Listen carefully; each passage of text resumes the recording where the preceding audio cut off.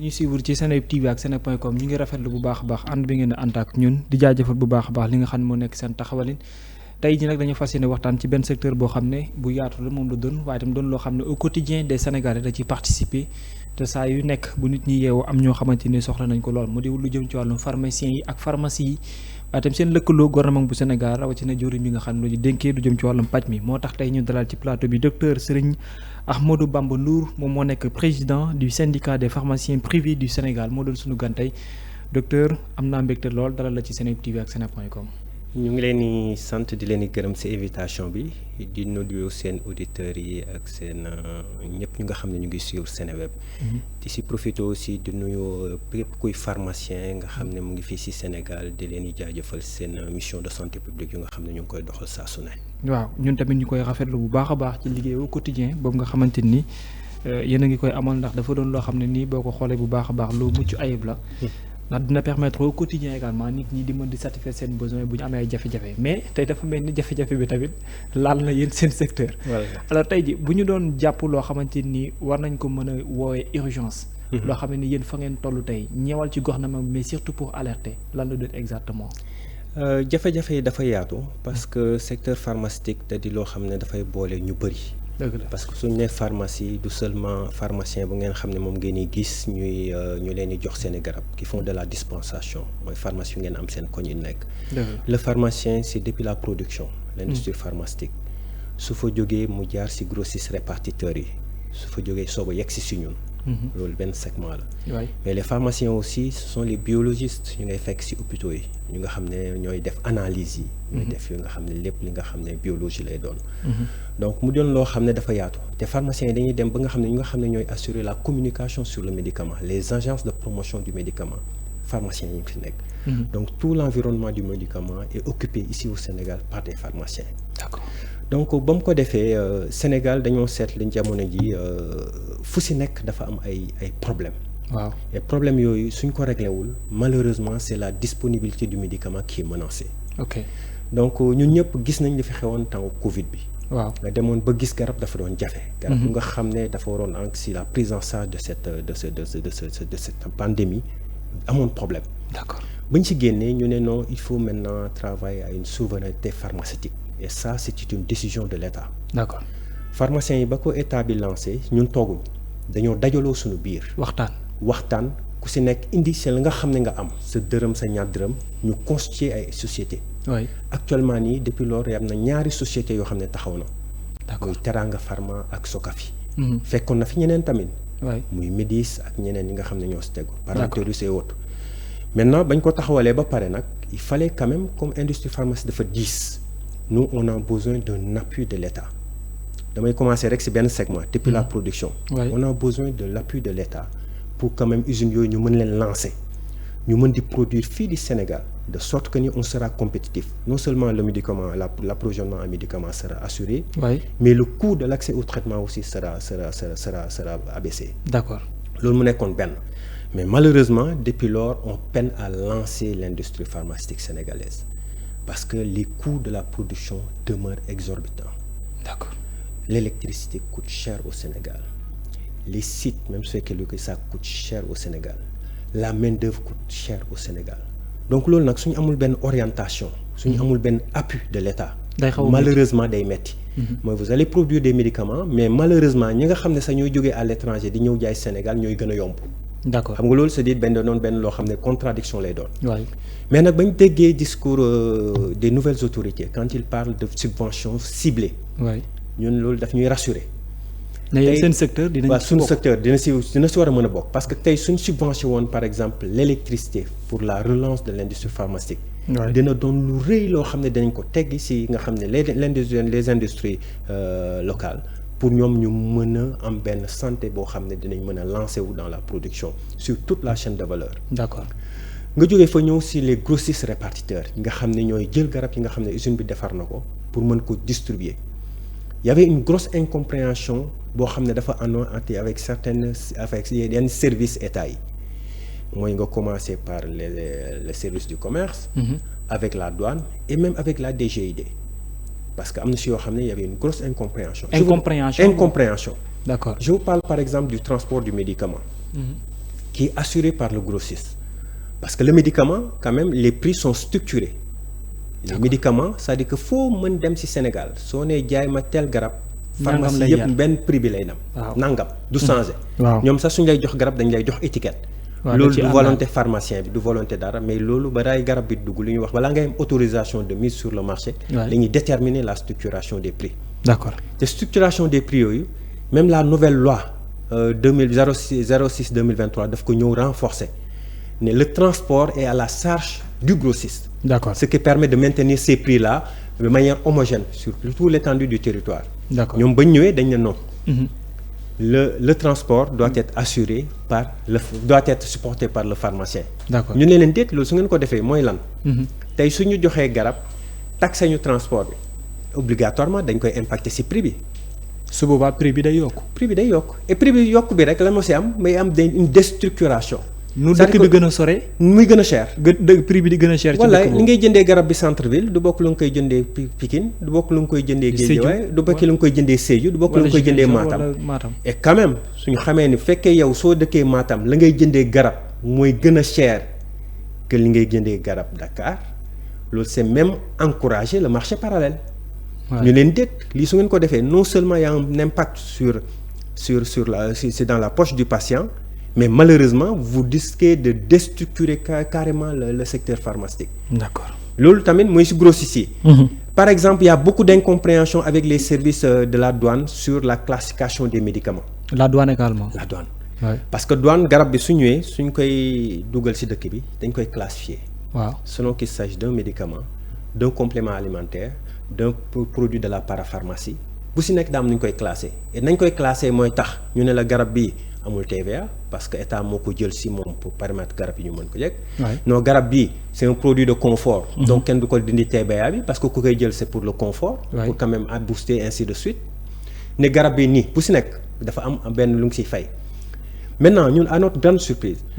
mooy dafa am yoo xam ne ay garab la. je vous donne l'exemple du fer. fer képp ko am soxna sa soxna war na lor gis nga fer nu nga xam ne c'est un élément c'est un médicament essentiel. bu nga xam ne durant par exemple toute la grossesse nous dañ koy soxla. di ko jëriñoo dañ koy jëriñoo. yooyu su ñu ko appliqué ne non yii garab malheureusement si on applique la classification de ce qui se passe dans les pays occidentaux. waaw ñu appliqué ko fii garab yu bëri dañuy jógee ci garab yi dem ci compléments alimentaires yi. d'accord et du coup le prix va être augmenté par 2 par 3 ñu neen déet ñun loolu affecté wuñu mais ñun population bi nga xam ne ñoo xam seen coono ñoom lay affecté te du leen arrangé. d'accord donc ne leen classification da ngeen koy bàyyi ñi nga xam ne ce sont les professionnels de la santé et yooyu tamit pour ne pas aller en porte-à-faux avec la politique étatique. waaw malheureusement su ngeen ko appliquer day déstructurer encore day jaxase carrément. ça veut dire que mu nekk ay problèmes. ay problèmes yenn yu kii. mais loolu je pense que ñu ngi ci ay discussions. mais est-ce que réellement entre-temps il y a eu des avancées de sorte que ñu mën a xaar ne. solution dina taxaw. des avancées amoon entre vous DGID ak la douane. des avancées am na ci bu baax. parce que fu ci nekk segment bu nekk avancé noonu mais xam nga quand même quand il y a par exemple dafa am changement. waay ce changement su ñëwee ces autorités ñu nga toog. balaa ñuy signer papier ils ont besoin de s'approprier des documents xam exactement de qu'est-ce qu'il s'agit. def diagnostic xool exactement la pertinence des mesures yu nga xam ne ñële ñu ngi leen ci doon ñu ngi engagé woon nañ ci pour ñu signer ko. c'est vrai avec la DGID. on a quand même bon vent. waxtaan ngeen mu ngi waxtaan nañ te ci bëri ñu ngi ciy jubóo. d'accord et je pense que d'ici peu am na yenn yoo xam ne dañ ko dépasser. avec la douane ce qui est de la douane oui. c'est pas le cas parce que def nañ benn réunion boo xam ne malheureusement là on s'attendait à signer benn document boo xam ne dañuy permettre définitivement ñu classer ces médicaments là classer les compléments alimentaires on avait retenu une liste boobu ba léegi ñoom signé wuñ ko parce que dañ ne il faut ñu xoolaat ko pour se l'approprier. D'accord. Donc le problème reste entier. Avec les services du commerce ñun au fait dañoo nekk ci diggante entre le ministère de la santé et le ministre du commerce. c'est vrai. parce qu'on dit que vous exercez une activité commerciale. moom c'est obligatoire mu am. interférence mu am interaction. Ouais. mais interaction boobu dañ ko war a def de manière intelligente parce que waruñu am ay télescopage. il faut mu am entente quoi. il faut mu am entente. nous avons des inspecteurs ñoo ñuy inspecter pour xool est-ce que nous exerçons la pharmacie dans les règles de l'art. D'accord. c'est l'agence de réglementation pharmaceutique. mooy ARP. ñoom ñooy ñëw xool ndax garab yi nu ñu ko dencee noonu la. ndax pharmacie ñu ngi répondre aux normes. ndax docteur bi mu ngi ñëw ndax docteur su génnee dina am benn assistant bu koy yooyu ñoom ñoo koy xool. ils sont faire te ñun c'est des inspecteurs yoo xam ne dañoo dem waat tribunal yoo xam ne dañ leen assermenté xool ndax prix bi nu ngi koy appliquer noonu xool ndax da nga koy calculer c'est leur corps de métier ñoom ñoo xam. d'accord malheureusement nag day am télescopage avec service du commerce ils n'ont pas duñ bokk approche. waaw donc du coup on est entre deux feux ñu leen d'accord ñun on a besoin d'être inspecté parce que quand même garab la ñuy jaay te da di loo xam ne lu sensible. mais il faut que yéen ñi nga xam ne yéen ñu seq ngeen waxtaan seen biir xool nan lañ koy defee. su ngeen ñëw inspecté yéen ñaar ànd leen waa ARP ak waa inspection ànd leen ngeen def benn inspection wala ngeen jël ko kii mais da ngay ñëw tey gis waa ARP ñëw inspecté la ne la ok tout est nickel. suba ñu ne ñëw waa inspection du les inspecteurs du commerce ñëw ne la non am na léegi lii loo xam ne peut-être seen compréhension moo fa yeggul. d'accord donc yooyu tamit. ñu ngi ciy waxtaan.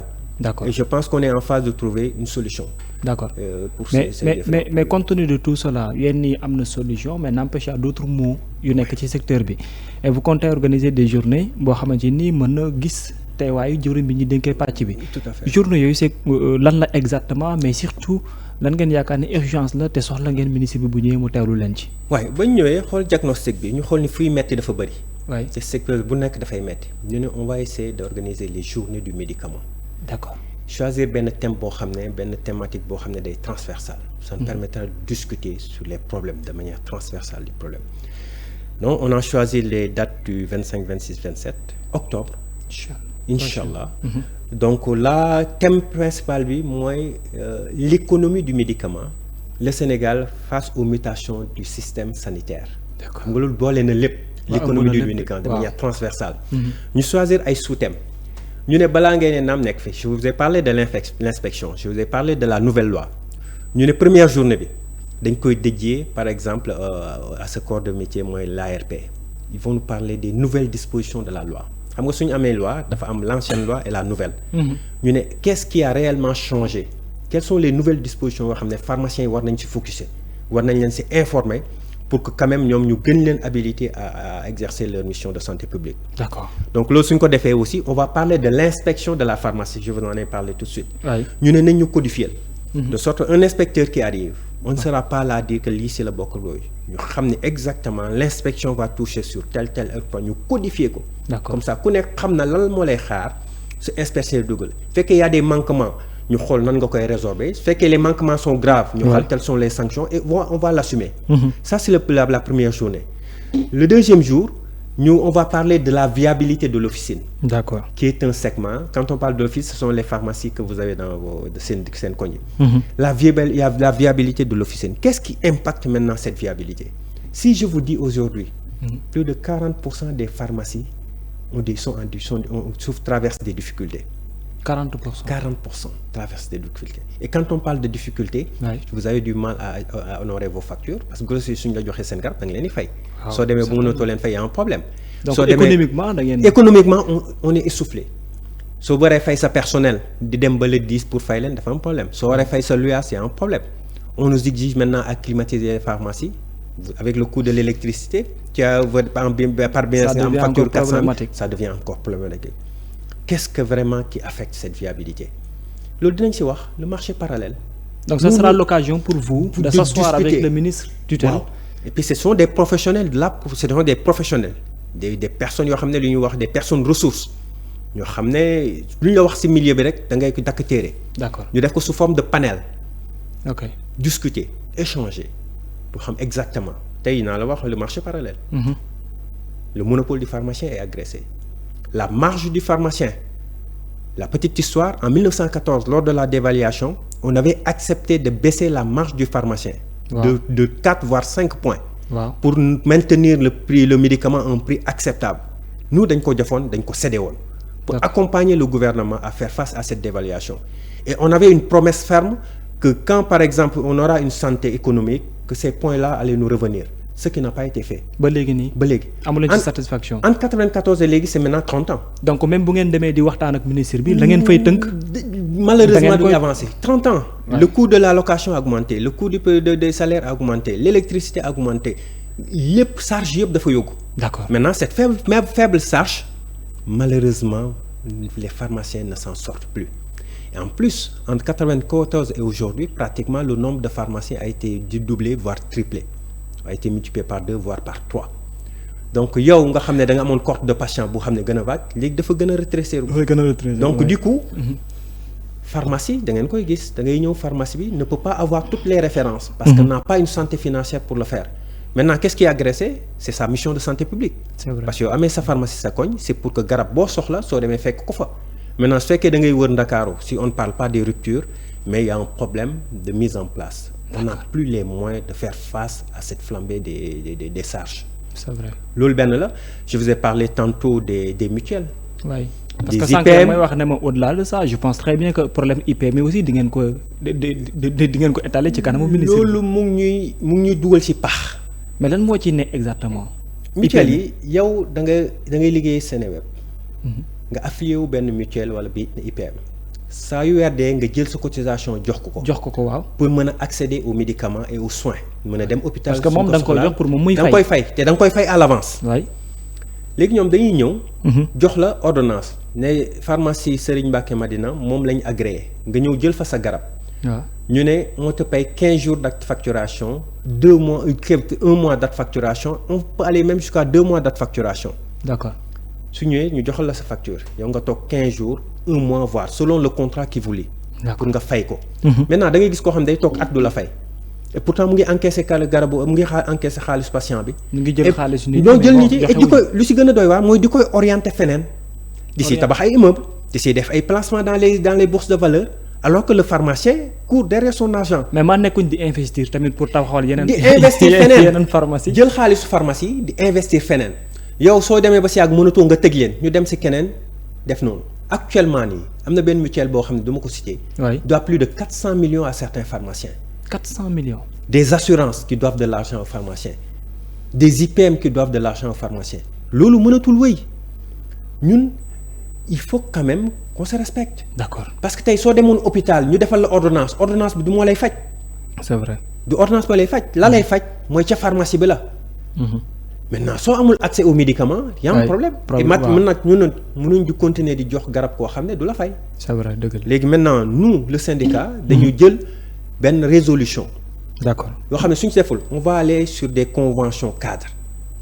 mutuelle bu ñëw da ngay jaar syndicat wala assurance ñu xool que ndax yow mii. mutuelle nga wala assurance wala kii bu sérieuse. d'accord suñ la valider suñu naataangoo yi soob la mën a accepter jox garab. d'accord ku ñu yoree xaalis léegi. on va lancer benn pétition boo xam ne sur l'étendue du territoire. waaw day ne diw mii nga xam ne dafa yoreel xaalis mbokk pharmacien yi te fay leen bu kenn joxati garab suñ ko defee nag yéen nga xam ne yéenay jox seen xaalis ngeen am fulla gu yem ni ne leen déet. man mënuma la jox sama garab. te après mënuma la jox sama xaalis te du ma accéder garab. soit nga changer de mutuelle changer d'IPM ou changer d'assurance. d'accord merci beaucoup monsieur Ahmadou Bamba li ñu ci réew ci waxtu également jeex na bu amul kàddu bu mujj boo ci toftal ñu jaajëfal bu baax. bon kàddu gi rek parce que dama wax ci viabilité mais yow la aussi le renchérissement du coût du médicament. d'accord il faut que ñu wax ci parce que depuis la production jusqu'à la distribution ñu xool exactement qu'est-ce qui fait que ni on constate que les médicaments augmentent de prix. d'accord et je pense que loolu pour ñu régler ko. il faut que l'État nous accompagne à installer des industries viables. nga xam ne sur toute la chaîne de production fii Sénégal lañ koy defee nga xam ne garab yi on sera compétitif. et on des médicaments de qualité. grossistes yi tamit ñu jàppale leen si li nga xam ne mooy seen problème qui font que quand même ñoom ils ont du mal à survivre. d'accord donc suñu waxee problème pharmacien yi wax problème industrie pharmaceutique. wax problème grossiste répartition. su boobaa je pense que ni suñ si génnee on aura un document technique. nga xam ne su ñuy dem gis le premier ministre su ñuy dem gis le président su ñuy gis le ministre notre ministre de tutelle dinañ am leen yenn support boo xam ne suñu leen ko tegalee ñoom ils ont été témoins des débats dinañ mën a génn si ay waxtaan yoo xam ne dinañ mën a trouver solution à notre système à notre pharmacie. merci beaucoup docteur Serigne Ahmadou Bamba Ndour. jaajëfal naa la bu baax. je vous remercie beaucoup. mais dafa am sama benn frère na xam naa dama la koy dénk. c'est un ami d'enfance. il s'appelle Ahmed Gueye il est de Médina Sabakh il est pharmacien. waaw kooku envoyé ma ko. moom dama la koy dénk. waaw kooku moom envoyé ma ko. voilà su boobaa moom dañuy fàq yar rek. dinaa la ko dénk yaa ñu ko dénk dañuy fàq yar rek teg sa côté. waaw bu la neexee loolu sas naa la. Mohamed ñu ngi lay siyaare. Ahmed moom dafa xaw a terrible dénk naa la jërëjëf Cheikh Ahmadou Bamba maa ngi lay jaajëfal bu baax kontaan nañ ci invitation bu baax. merci beaucoup merci mu nekkoon docteur Serigne Ahmadou Bamba Ndour président bu syndicat pharmacien privé du Sénégal moo nekkoon suñu gan bu baax a baax ma am également une pensée bu yaatoo yaatu ci Ahmed bi ma lay wax noonu Ahmed Gueye depuis mel na sa bax nekk pharmacien également jaajëfal ñi nga xam ne ñoo ñu doon teewlu jaajëfal leen également yéen ñi nga xam ne yéen a nekkoon ci xarala gi Alioune Ba lay wuyoo ak Joséphine jërë ngeen jëf ñu yendoo jàmm merci.